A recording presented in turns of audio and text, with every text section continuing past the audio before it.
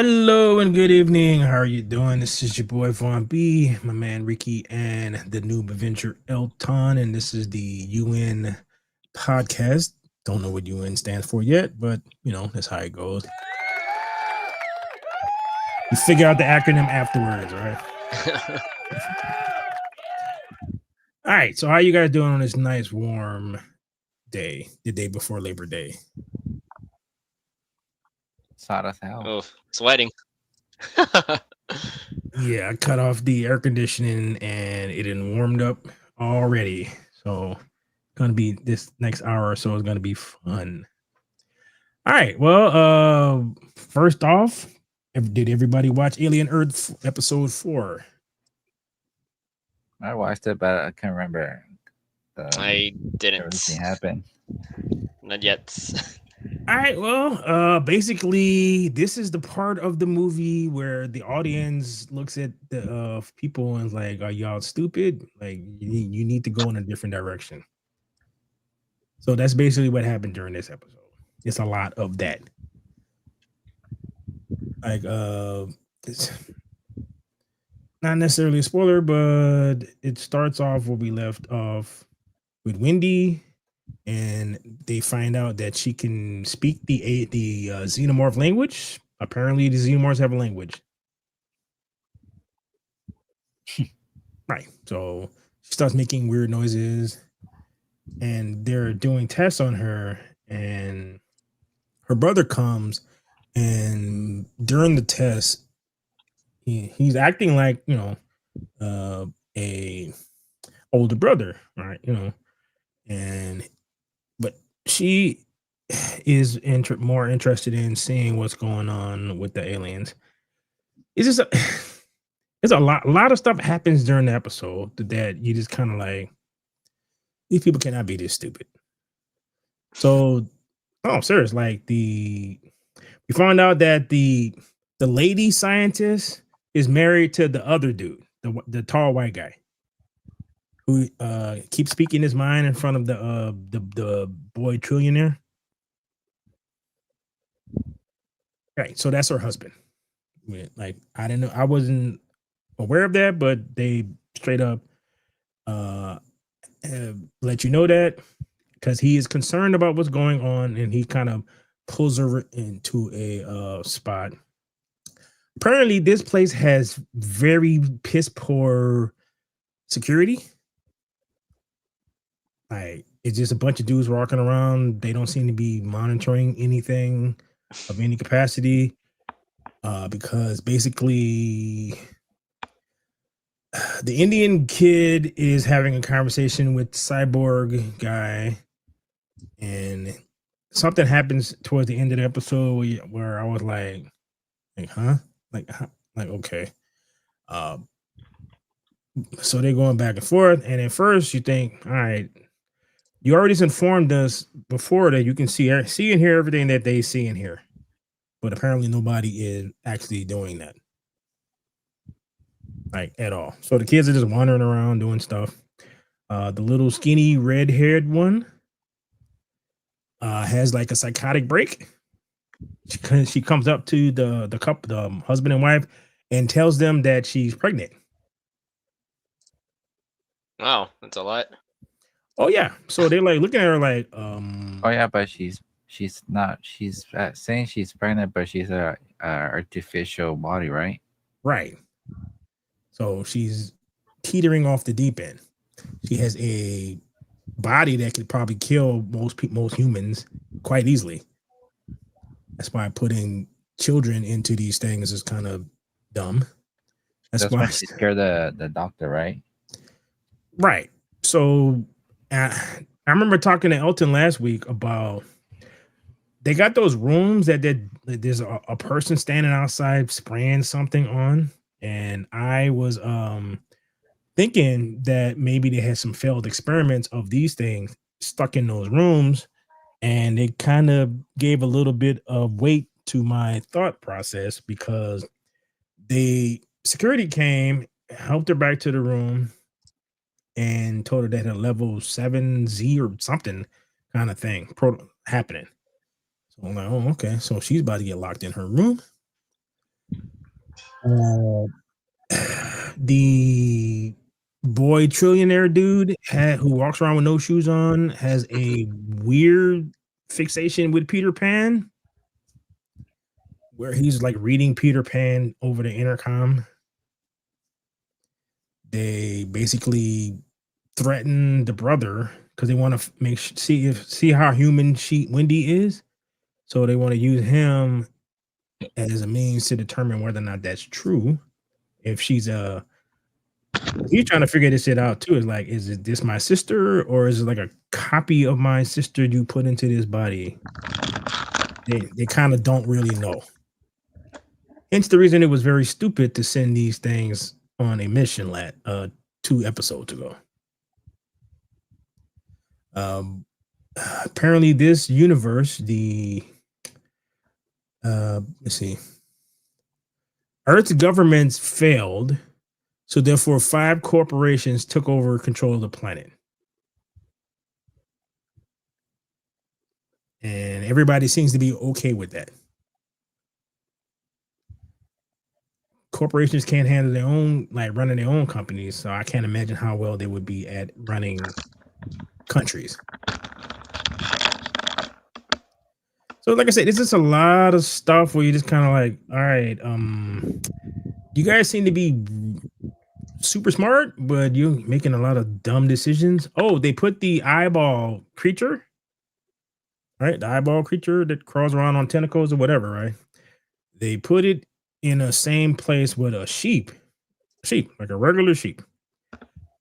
It saw the sheep, ran over to it, jumped on it, pulled its eye out and climbed into it, right?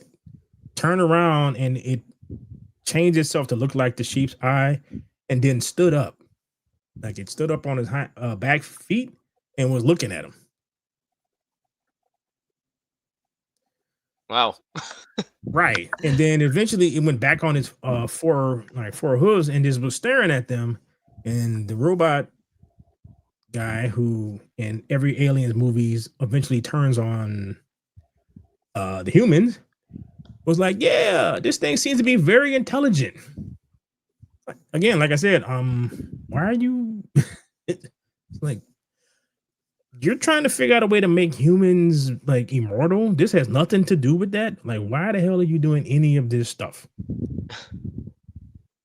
with no security and only person who's in charge of it, because you can't go anywhere near the lab because of the eggs, is the robot who you find out that they can monitor all the kids, so he can listen on to the conversation that the Indian kid is having with the cyborg dude.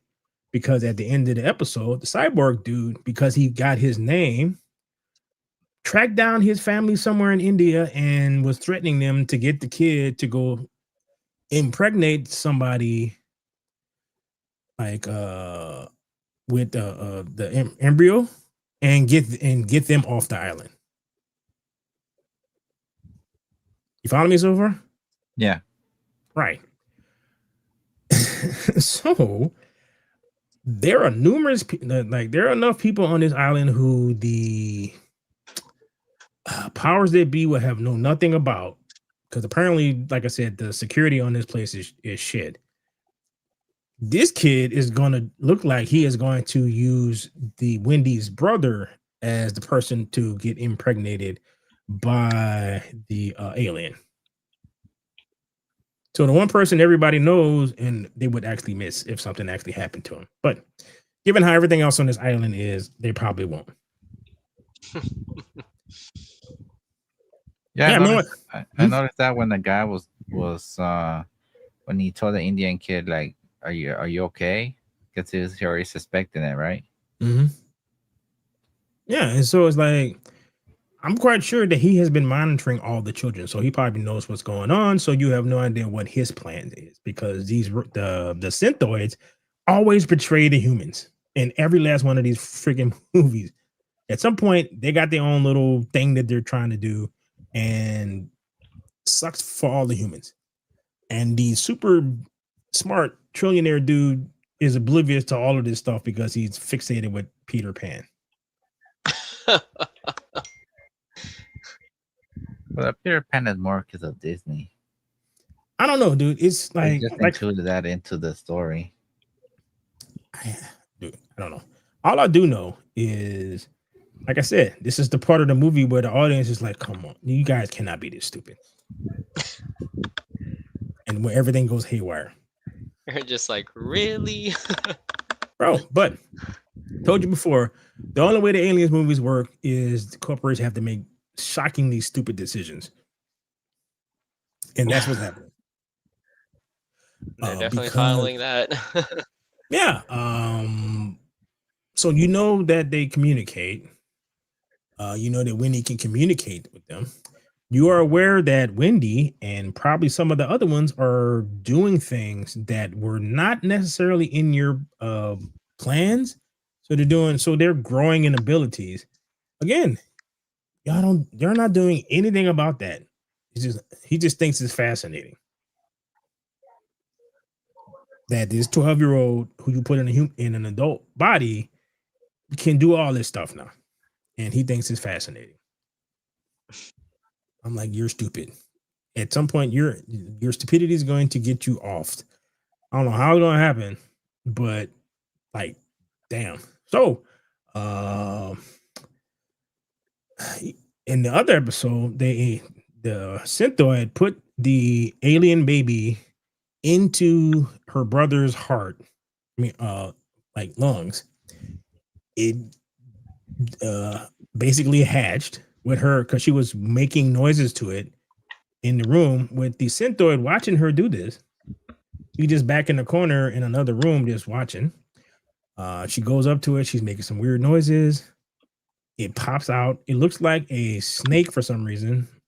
I don't know why.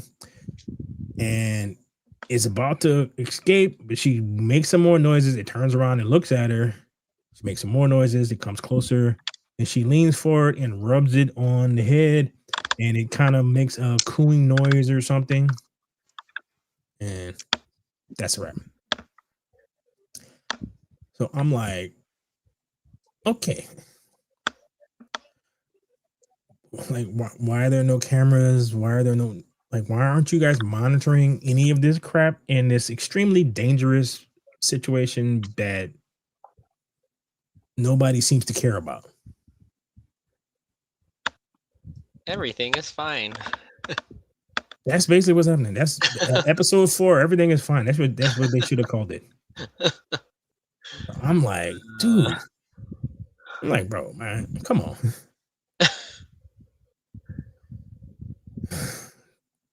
So the cyborg dude has been gone from Earth 65 years. That is the equivalent of a person who's was an adult in the 60s, somehow getting flash frozen, waking up right now and being able to work the internet, use AI and all that stuff with no problem. Because they don't tell you. It looked like it's the next day, but like everything is happening like really quickly, but they're not actually telling you how much time has passed. So, and you don't really know where that island that he crash landed is, but somehow he found the kid who he has never seen. He's never seen what the kid actually looks like.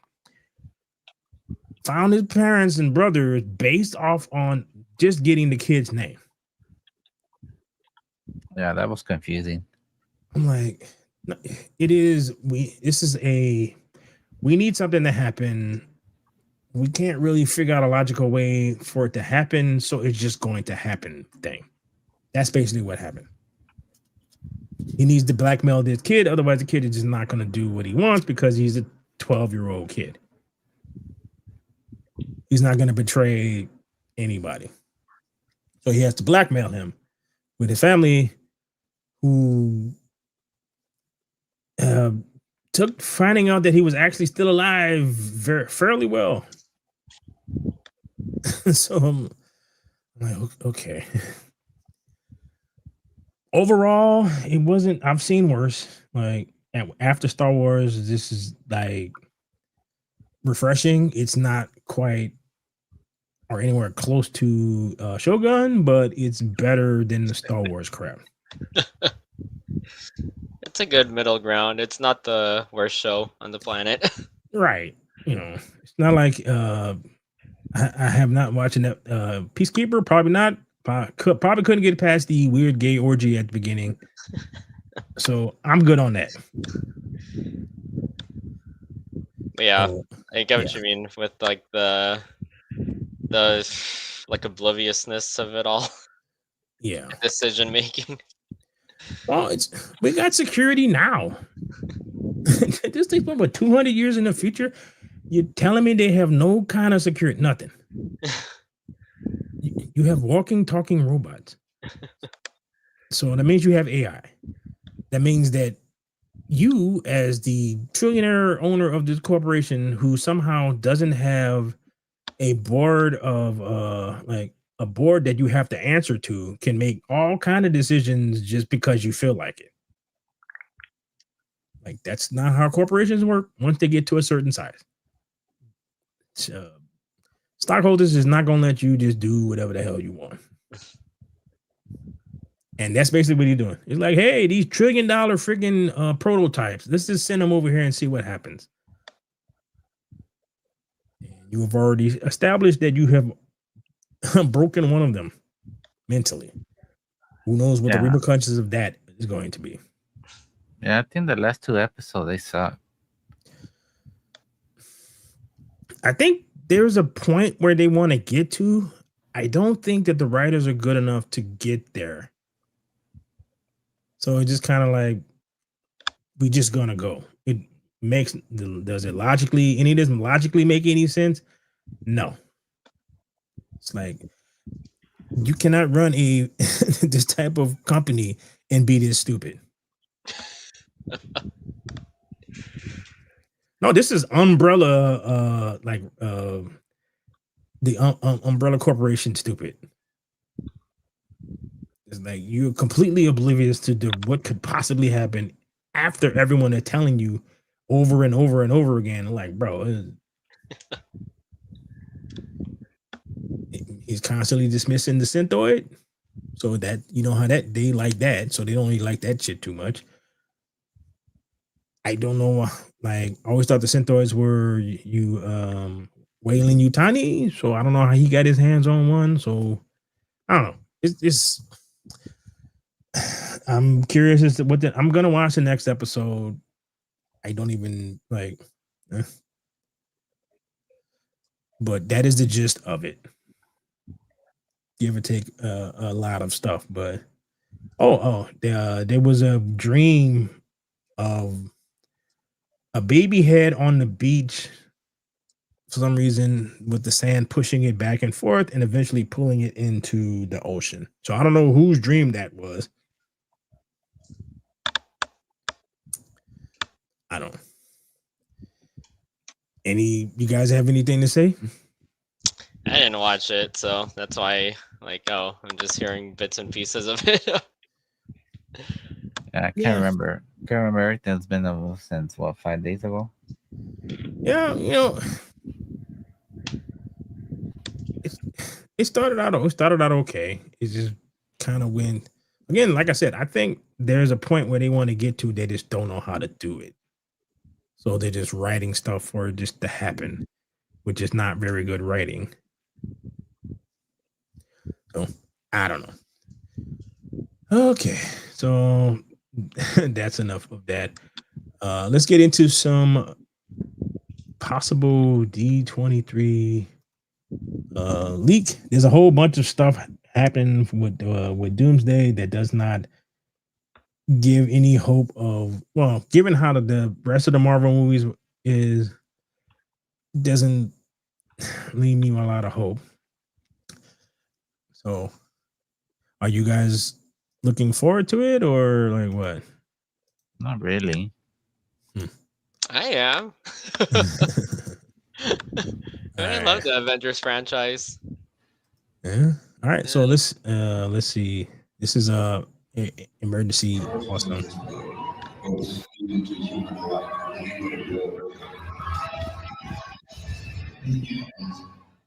Welcome back, everyone. It's Charlie. Marvel showed off new Avengers Doomsday trailer at Destination D23, which is a big event that Disney was holding for all of its brands like Pixar, Marvel, Star Wars. They had a bunch of Mandalorian and Grogu footage. What we'll do is break down all the Avengers Doomsday footage and some of the recent stuff that they've been filming. Like there were some cars from the 1940s indicating that we'd actually be seeing Captain America and Peggy Carter back after the end of Avengers Endgame in the 1940s. So a lot of people wondering if Chris Evans was going to be in the movie. Yes, he is going to be in the movie. Hi, 23 members. This is Joe. Everybody and grandma is going to be in this movie, so Thank you to the many people that were able to leak this out. It is potato quality, so I had to be a little careful about the way that I break this down, just breaking it up into a couple different clips. You could definitely tell that Kevin Feige's Marvel snipers were in full effect. So what I'm going to do is I'm going to break up the trailer clips throughout this video. It should be okay. If you're brand new to the channel, be sure to subscribe to get all the videos. So this is the Russos showing off their behind the scenes trailer. It was actually a bunch of clips together and some new footage of them and Paul Rudd making some Ant-Man jokes. They started the trailer with the regular Marvel Studios fanfare intro that they use in front of most of their movies, the regular music that they put during their titles most of the time. They changed it with a couple of the recent movies, but it stops midway through, like the music stops, interrupted by a clip of Thor saying, "We can put together the greatest team ever." We can put together the greatest team ever. If we can't see the good of each other, we've already lost the fight. In context, I think that it's meant to be a moment from Thor Love and Thunder that they're carrying forward with him talking about putting together the greatest team of Avengers, multiple teams of Avengers together because of the way they're going to split all the different teams up in the movie. Then each of the all right, so this is supposed to be in a 2-hour movie. So you got 60 people in a 2-hour movie. He sounds like he's talking about like multiple Avengers teams in a 2-hour movie. I don't know how they're gonna do this. Each Like- character is gonna get 10 minutes of screen time. Something. No establishment at all. Nothing. It's just scene, next scene. Hey, look at this. It's gonna be a smorgasbord of just CGI spit all over you. separate Michael Bay is characters got their calling. hero moment Oh, in yeah. the trailer that they clipped out. And separating the clips was this Doctor Doom sound effect of his magic and technology combined, sort of a mechanical, magical whooshing sound effect that they use for. All right, so this is the end of Fantastic Four, like the one of the mid credit scene, and this is Franklin Richards. That's their super powered kid. transitions. Then a clip of Sam Wilson saying, "If we can't see the good in each other, we've already lost the fight." I think this is actually meant to be a reference to the feuds that are happening between teams like the New Avengers who are fighting against Sam Wilson's New Avengers about the name at the end of the Thunderbolts movie. Like there's a legal fight brewing. So there's a lot of tension in the actual movie when they first all come together. Like, who is leading this brand new Avengers team? Who is the new Avengers team? Who's on the roster? So it's not like everybody comes into the movie all being best friends forever. Then there's a clip of Shuri saying, "Now is our time to strike," because remember, she's super stabby now. They're kind of making it sound like she brings that more stabby edge to her into Avengers Doomsday when they're going up. All right, so you guys looking forward to that? Is it gonna be like a first like 3 parts movie or just this one? No, this It's a continuation, right? Of I don't the know. Avengers, right? I have no idea because the last Avengers we saw was Endgame. So everybody dispersed, everybody went thing. Then you had the Thunderbolts. At the end of the Thunderbolts, that is when they showed the Fantastic Four ship coming into their universe, right? At the end of the Fantastic Four, they're still on their planet and everything is fine. Then you get the scene that they just showed of Franklin Richards talking to Dr. Doom. the director said that something about how they didn't finish something or whatever at it was like weird because everybody like how do you wind up like on Earth in another ship, but you don't do that in the movie that you just shot? So like I don't know. I for a lot of me don't know how this is gonna work. It looks against like you're Dr. Doom's complaining teams. so much, not There gonna was work. also a recent clip of her with the Fantastic Hmm? Four. Looks like you're complaining about it so much that pretty sure it's gonna suck then, right? No, I'm not gonna. Because everything is this and this and that, so it looks like No. I don't have no hope then. No, this it's just the state that it's that it's in. Because the Thunderbolts had us apparently the Thunderbolts must take place in the future of them. I think the the end of the Fantastic Four does not line up with the end of the Thunderbolts. And then apparently Spider-Man is gonna have something that's gonna happen. But even though he's not in this movie, I'm confused. Normally Maybe I'll they would have surprise you like Fantastic Four movie. normally they would have like 15 different shows that would try to explain some of this stuff, but they don't have none of that. So I'm like, I'm confused, man. I'm like, I'm like seriously, this is gonna feel like how the beginning of Alien Earth did. Was like, is there another episode that I missed that explains what's going on? No, there isn't. Like, okay. Characters that seemed like it was happening on their ship, along with some of the new Avengers characters, the Thunderbolts characters like John Walker, and also some of Sam Wilson's new Avengers, because you also see Torres in his new Falcon suit also on the ship with them. So it's meant to take place after all the teams have started coming together with the Fantastic Four. Will I be there when the Avengers need me? Absolutely. Then there was a clip of Ant-Man saying, "Will I be there when the Avengers need me?" Then a couple of gunshots, and he finishes saying, "Absolutely," which I think is meant to be from Quantumania, but also a reference to the idea that he will be in Avengers Doomsday. He will be fighting with the characters. Also because the Russos literally used him in the new trailer footage that they included as part of this D23 trailer. So like they were using Ant-Man himself to make some jokes about Avengers Doomsday as they were hyping it up.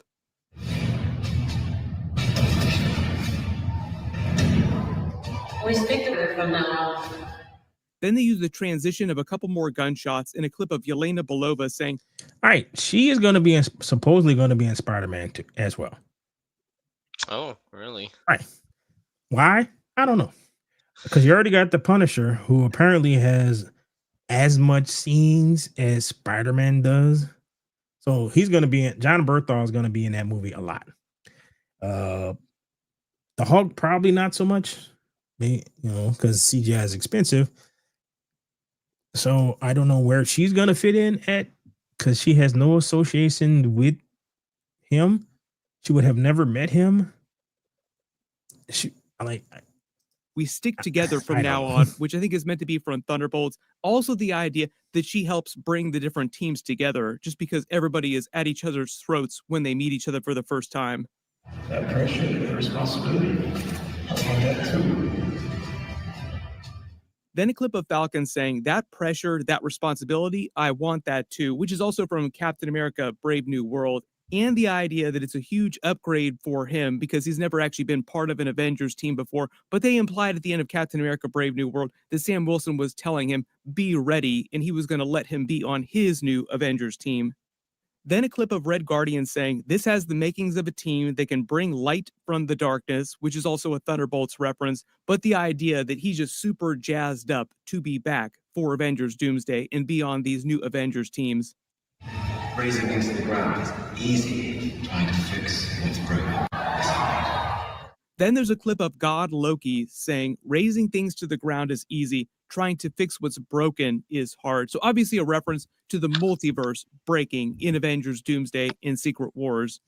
You also notice that the dialogue is taken from Loki Season 2, Episode 4, when he was talking to Sylvie. People have been asking if Sylvie is going to show up in Avengers Doomsday. There's supposed to be a TVA team that does show up in the movie. A lot of the movie takes place at the TVA, so there's a good chance that she could be in the movie, but they haven't confirmed her.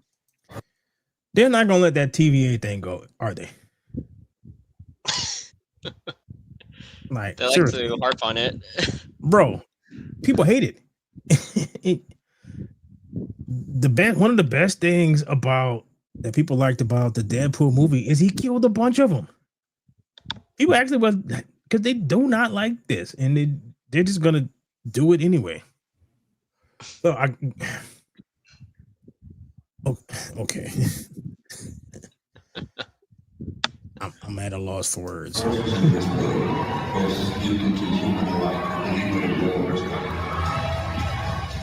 Then there was a clip of Patrick Stewart's Professor X saying there are forces in this world, both mutant and human alike, who believe that a war is coming. Obviously, a reference to Doctor Doom coming to the MCU and coming to the X-Men's universe, but eventually fighting them, the war that's going to be happening in the movie, many different wars. Oh, he got the OG costume on though. That's kind of cool. Like, Cool. Cyclops. yeah, he has his X, like one of the ones that people would love to see him in. That I didn't think that I would ever see him in, but there it is.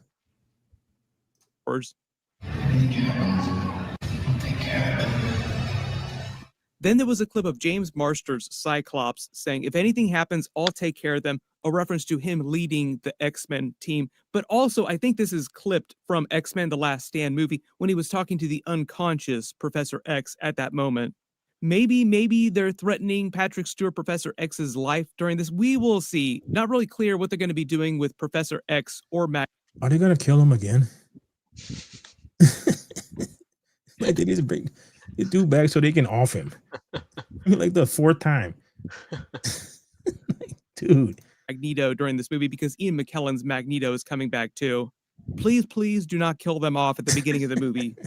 Most of the footage we've actually seen of the X-Mansion seems like it's happening in their universe. They might just say that that's the same X-Men universe that Monica Rambeau wound up in at the end of the Marvels movie, because somebody that was also working with the actress Teyonah Parris also posted to their Instagram that she'd actually been filming in what seemed like Avengers Doomsday. So it does seem like they'll be following up on that scene. Makes sense. One of the few post-credit scenes that they are paying off from Marvel Phase 4 and Marvel Phase 5.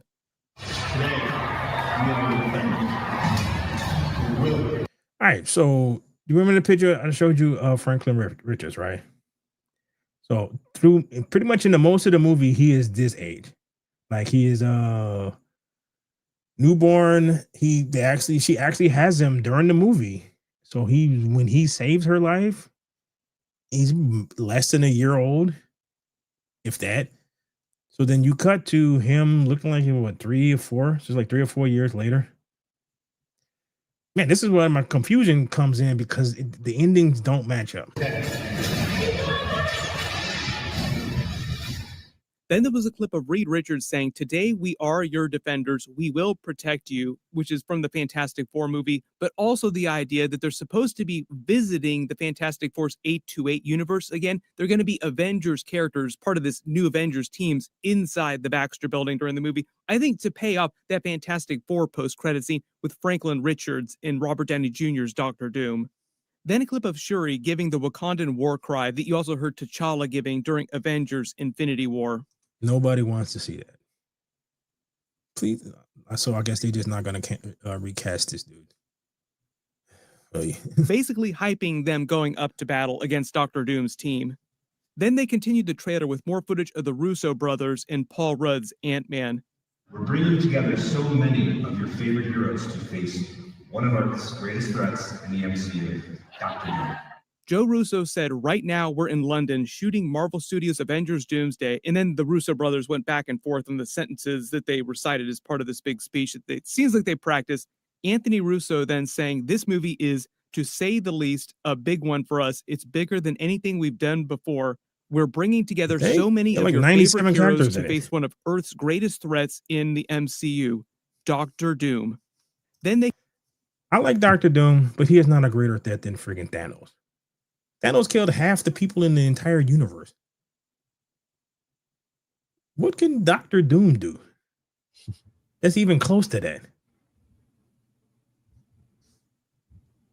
Okay. Continued saying, "We wish we could be there with you in person at D23, but right now we're pouring everything we've got into this film, making sure we're putting together the best possible story for you, the world's greatest fans." Greatest fans. Mike, come on, what are you guys doing? Then they had the funny moment where they were interrupted, but on purpose, from Paul Rudd, who was making a joke of it, acting like he was strategically stopping them from revealing big spoilers and blocking the view of what was happening behind them during the scene that they were in the middle of filming for Avengers Doomsday. You remember, this is technically meant to be a behind-the-scenes kind of trailer. Then he said, "We're surrounded by jaw-dropping sets and some truly incredible talent, many of whom you just saw teased in that great video. Bringing this story to the big screen means the world to us, and we couldn't do it without your support." So part of the idea is this is meant to be like the behind-the-scenes trailers that they initially started releasing for Avengers Infinity War and Avengers Endgame, where like they didn't want to reveal an official trailer, like a regular trailer, but they still wanted to release some kind of trailer. All the brand new footage of Captain America and Peggy Carter's 1940s cars makes it seem like Tom Hiddleston's God Loki is going to visit them in the 1940s for some reason. Not totally clear what they're actually doing in that scene. It just feels like it's going to be a follow-up to the end of Avengers Endgame for continuity purposes. Like something happens in the past and it's real crazy. There are a number of different twists that they can actually provide for that ending for Avengers Endgame. Recently, there were also a lot of questions about Robert Downey Jr. getting into a fight with someone on set. I don't know why, but for some reason, people thought that it was Ryan Reynolds that he was fighting with, and there was some weird Iron Man or Doctor Doom, Deadpool craziness that was happening on set. Supposedly, people at Marvel, like insiders and separately TMZ, were reporting that there was no feud between Robert Downey Jr. and Ryan Reynolds. They've never actually filmed scenes together, and the two actors have never actually met in person before, so they couldn't actually be feuding behind the scenes. There was also a clip circulating of Ryan Reynolds eating a Robert Downey Jr. cookie. That's actually a video from 2022, a couple years ago. The people, I think, were just posting on like TikTok and social media, making it seem like it was a brand new clip. Does not mean that there was a feud going on briefly behind the scenes, just that there was no feud between Robert Downey Jr. and Ryan Reynolds. So if he was feuding with someone, it was a totally different actor. But as the Russo brothers said in that behind-the-scenes trailer that they released, they're in the middle of filming. They're going to be filming both of these movies, Doomsday and Secret Wars, back-to-back with maybe like a couple weeks break between them. Whatever footage they wind up revealing, whatever teasers we get, of course, I will do videos for everything. And if you did spot any more Easter eggs in the leaked trailer from D23, just let me know in the comments and I'll add them to my future bonus videos. Separately, you'll remember Marvel is also filming Spider-Man Brand New Day right now. We might get a new teaser for that or some new footage sometime in the next couple of weeks. Recently, you also probably spotted Vin Diesel trying to join the Spoiler Bros, talking about another separate Marvel movie that he's trying to get made with.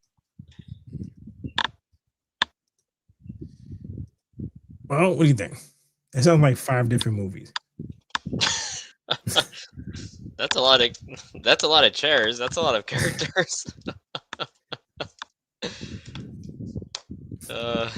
No, it's not like I'm not gonna see this. It's just I'm just trying to figure out how all this fits together. Because I did read like one of the like a synopsis of what's gonna happen, and it's crazy. That's a lot. It's a lot that's going on with a lot of characters. It might be like so much to handle, or what's the word, like overwhelming. Yeah, just gonna spew it all at you. Yeah, exactly. Well, what do you think, Ricky? I mean, that's good at bringing the old characters back, but I'll give it a chance. I'll see. Yeah, it's just like wow, it's just a lot. So it could be cool. Could be like okay. Okay. Maybe with like so many characters, maybe it's like really a cameo by each character instead of actually getting to, feel like a bond or like development of them. Yeah. So there is a rumor about DC. So some of the DC news. All right. Rumor: DC Studios wants Superman, Batman, and Wonder Woman in movies in 2027, but one won't be set in the DCU. It's probably the Batman. Gods and Monsters. These unveiled the Chapter 1 Gods and Monsters slate at the start of 2023. It was similar from yada yada. Well, they haven't even cast a Wonder Woman yet. While a Wonder Woman movie has since been announced, The Dark Knight remains stuck in limbo.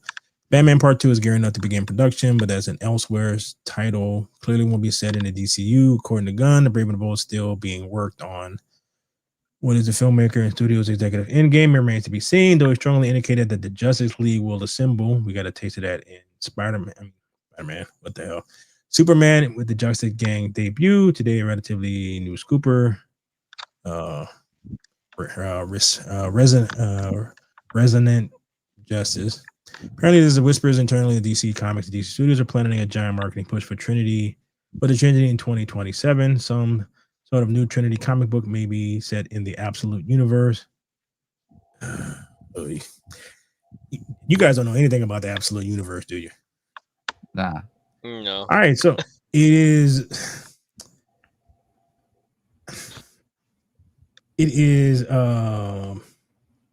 Darkseid's version of the DC universe. So Batman doesn't have any money and he's more brutal. Superman is a bit more aggressive, and so like everybody's super aggressive.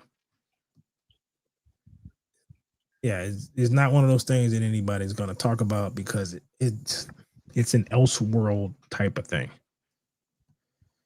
On the film side of things, there were conversations going on about targeting release date for Superman 2 and Wonder Woman for 2027, so that they can be released alongside the Batman Part 2, each member of the Trinity getting a film release in the same calendar year. That doesn't make any sense because the Batman is not part of James Gunn's DCU. So why would you do that? According to this, it does make sense, especially as Gunn's mysterious Superman follow-up is gearing up to start production and could easily hit theaters by 2027. Wonder Woman would really be fast-tracked to make it the same year. Okay. Batman's my biggest issue in all of DC right now, personally, and I'm not writing Batman, thank God. But I'm working because Batman does not have a sense of humor. So I can't imagine what a James Gunn Batman would be. Working with the writer. Yeah, I'm working with the writer Batman to try to get it right because he's incredibly important to DC, as is Wonder Woman. Batman has to have a reason for existing, right? So Batman can't just be, we're making a Batman movie because Batman is the biggest character in all of Warner Brothers. Which he is, but because there's a need for him in the DCU, the need is not exactly the same as Batman. But yet, Batman, I'm not interested in that. I'm not interested in a funny, campy Batman, really. So we're dealing with that. You just had the ultimate in urban kill everybody in the room Batman. You just did that with Ben Affleck's Batman.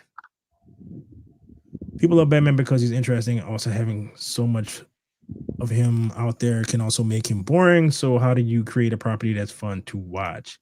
You make the Batman part of your DC universe and stop trying to make your own damn Batman. People like the Penguin. Tie into that.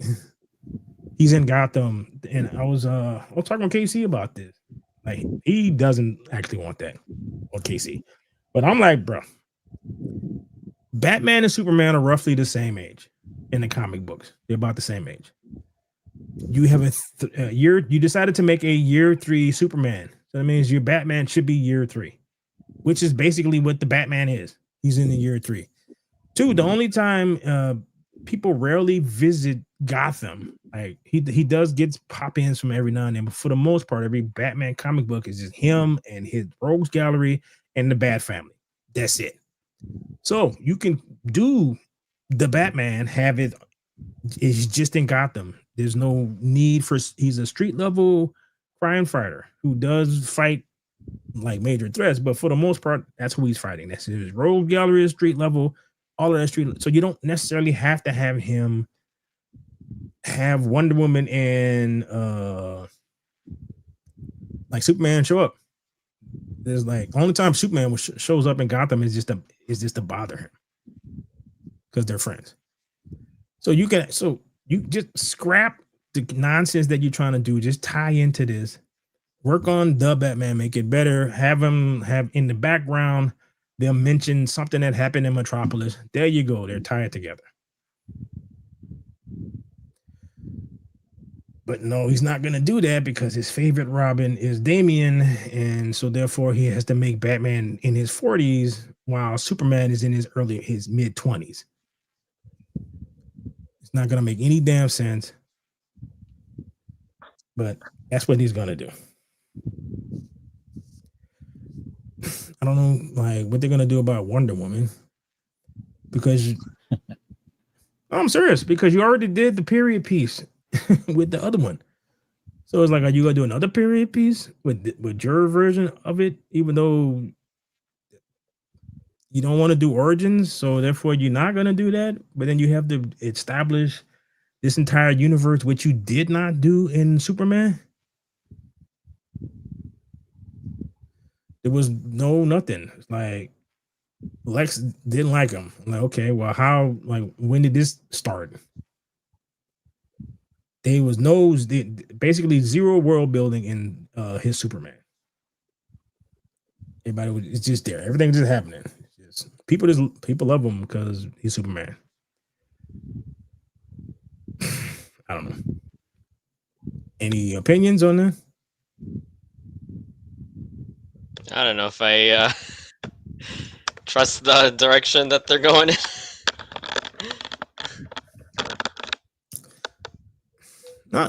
This is one of those things where it's like you can have an idea of what you. Right, I put it to you like this. So when I'm making music, right, sometimes I'll start out with like a piano sample or whatever, right, and I'll make drums around it. I'll use that as the basis of a melody, making a completely other type of melody to go on top of that, right, and then I'll be listening to it, and like something will be off. And I can't figure out what it is, and I keep listening to it. Then I realize it's the original sample. So I take the original sample out, and then everything else fits better together. Because sometimes you just gotta learn how to, like, you may have an idea of what you want to do. If it's not working, you gotta know how to pivot away from that. Now he has been. I don't know if he's been doing it or if Warner Brothers has been making him do it, because we were supposed to get the Authority, and we're supposed to get all a bunch of other stuff. That doesn't seem like it's going to happen now. So I don't know if he's pivoting or he's being told to or whatever. You made a Superman that did not set the world on fire. Like they should have had all this before you did anything. You should have everything lined up, had everything tied to each other. Forget having all the Guy Gardner and everybody else in there. There should have been just a straight up Superman movie. You don't have to do a origin story, and you also don't have to insult the Midwest while you're doing it. Like that, the whole how he did Paul and Mark Kent. It's like, bro, you couldn't be more Californian if you tried. There we go at California. Bro, he had Ma and Paul Kent like a bunch of like, what the hell? They were living in a trailer. It's like, what was that? It's like, dude. So part of me is glad that he is not, like, if they do make a Batman, that he's not writing it, because his Batman would have all kind of jokes and it'd be all kind of 15 different people in it. So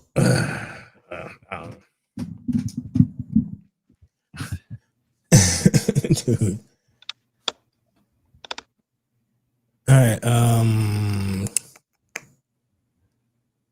The last thing I had wanted to talk about is the How familiar are you guys with the Knight Rider?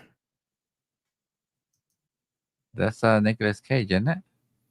No, man. This is Knight Rider, 80s with David Hasselhoff with the talking car.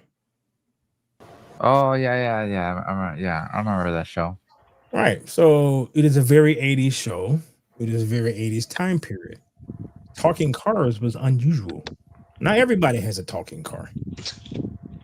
I never watched it, but I know about it. It's like a super high tech car, right? Right. But it's an 80, it's just like Back to the Future and a bunch of other stuff. They're very 80s. It's an 80s show. So in the 80s, a talking car was like this amazing thing. That's why that whole, do you remember the Viper alarm systems? Yeah, move away from the car. Right. So part of the reason why those was so popular is because it's like Knight Rider. It talks. Your car talks to you. Your car does that all. The car drives itself, talks to you, gives you directions, gives you suggestions, all kind of stuff now. So, all right. But people who are going to do it are the same folks who brought you Cobra Kai. So the creators of Cobra Kai are set to bring Knight Rider to the big screen. John Hurts, Hayden Schlossberg, and Josh Hild in early talks to write and potentially direct a new movie based on the classic 1980s action drama about Michael Knight and his talking car kid.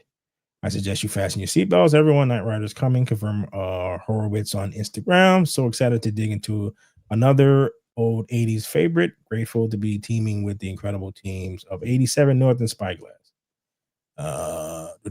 Project Baron. It's going to be from Universal. So these people did The Fall Guy. I actually have that. I just never watched it. Have you guys watched that? Because that's based on another 80s thing. The Fall Guy? Yeah. No. Yeah, with what's the name of the freaking dude? One of the Ryans, the other Ryan. No. Yeah, I can't remember what his name. Okay. Oh, they're talking crap. The Batman was considered underperforming, and it made more money than Superman did in less days. That's funny. So this gives a brief thing. Okay, it's tried for years to adapt. I read it first. Came from Canada. Version stall. New take from Cobra.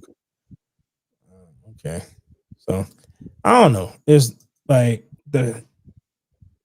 apparently people love Cobra Kai, so they got a good track record of being faithful to the source material and respecting the older cast while still bringing in new.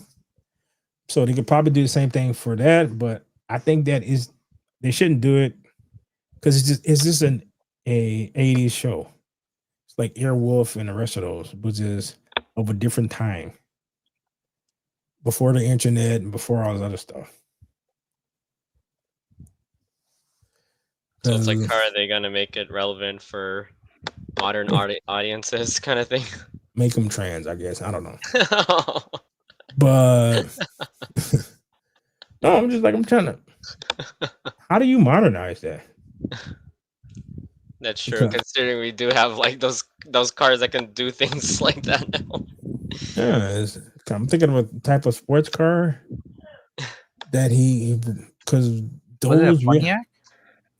Yeah, I think so. Yeah,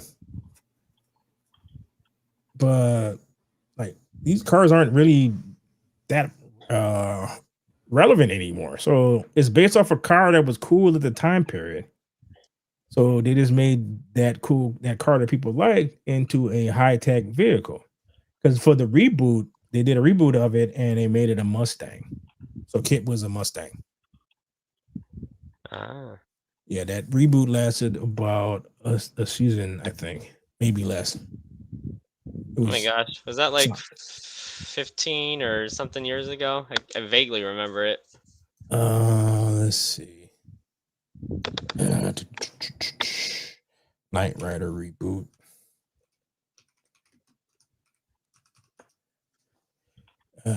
2000, 2008.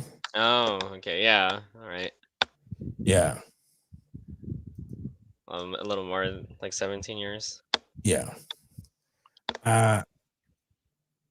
So I'll just show you what it looked like because I can't. If I play it, it'll it won't like it. But so I'm gonna I cut the volume off, so maybe that'll work. Cool car from the time period. You know, Mustangs are always cool, but I don't even know which one because people aren't driving sports cars like that.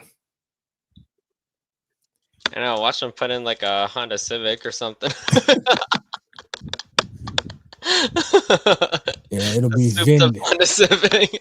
Yeah, it'll be Vin Diesel talking about his family. Or like a Toyota Corolla. Because everybody's driving around SUVs right now. So what are you gonna make them into an SUV? Oh my gosh. All right, so I don't know. It could work, I guess, but I don't have that much faith in the writers that they have writing stuff. Even though people like Cobra Kai, so maybe they'll do a better job, but I don't know. So But this could is like, make it like a series, like a Noir series, but like in Netflix, or just put it as a series, but make it Noir. yeah, I don't know. So that's about it. There's like there's some they announced the cast for Star Wars Starfighter. Is that a Hmm. movie or? Yeah, with Ryan Gosling, Oh, and he put his wife in it. Awesome. oh, interesting. She's very nice to look at. So Flynn Gray, Matt Smith is going to be in it. Mia Goth, Aaron Pierre, I guess the guy that's playing Hal Jordan in The Lanterns, Simon Bird, Jamal Westman. Like, I don't even know these people are. Daniel Ings and Amy Adams. Oh, okay. So I don't know what this. So that's the cast. Who knows what it's going to be about? Right. I'm not sure exactly when this takes place. It's after the Rise of Skywalker, so it takes place in the sequel universe because people love the sequel universe so much. Gosh, I just hope it's good Bro, it's or decent at this point. passable. Just don't have Passable. just don't have fires in Passable is the word. space.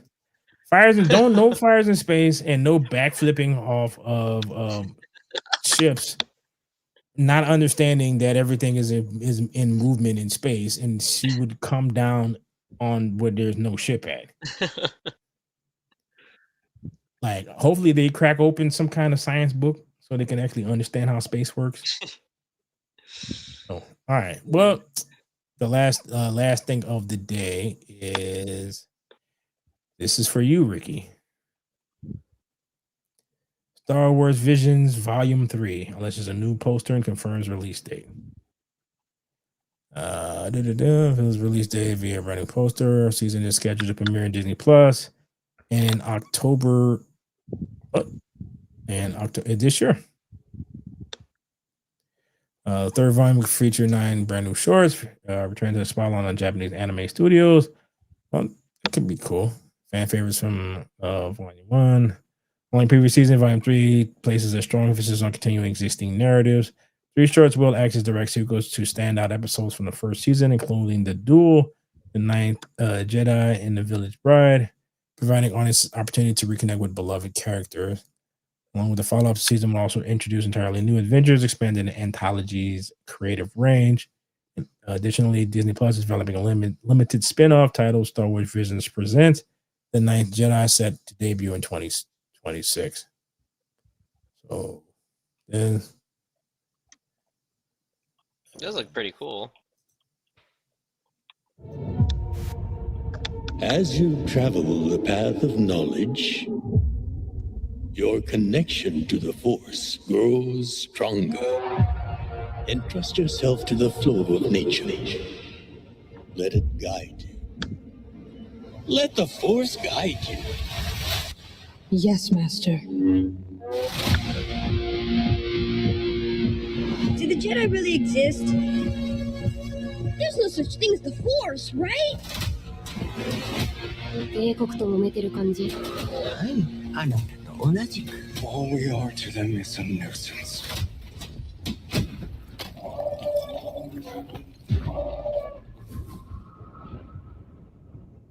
騒ぎを起こすやつは叩き切るよ。This message is for the Jedi. Surrender immediately. どうするつもり？突破します。Let's go!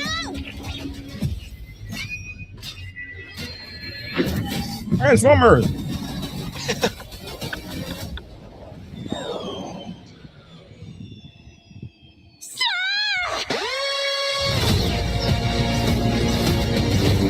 I want to be with my family. 私たちはそれを解放したいだけだ。一緒についていってやる。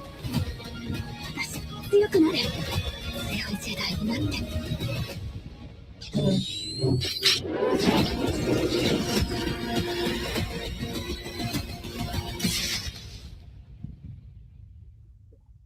Looks pretty cool. Yeah. Hmm. Who'd have thought? Yeah. I'm not saying that anything anime is always automatically better, but it does look pretty cool. Well, the Japanese tend to respect the source material and understand how space works, and won't have people backflipping in space. So, what do you think, Ricky? Is it a watch? Yeah, I'll watch that. Yeah. So That looks pretty cool. something to look forward to. All right. Well, on that note, as exciting as that is, anybody has any final thoughts before we go? I think we ended the night with a good on a good note. Yeah. All right. So, what about you, Ricky? No, I mean, I think there's still good shows coming. Aliens, what is it called? It's Aliens, Peacemaker, Chief of War. So I'm watching right now 3 shows right now. Oh, okay. So, Ricky, you're telling us to not be so damn pessimistic. All right. On that note, later. Night. Peace.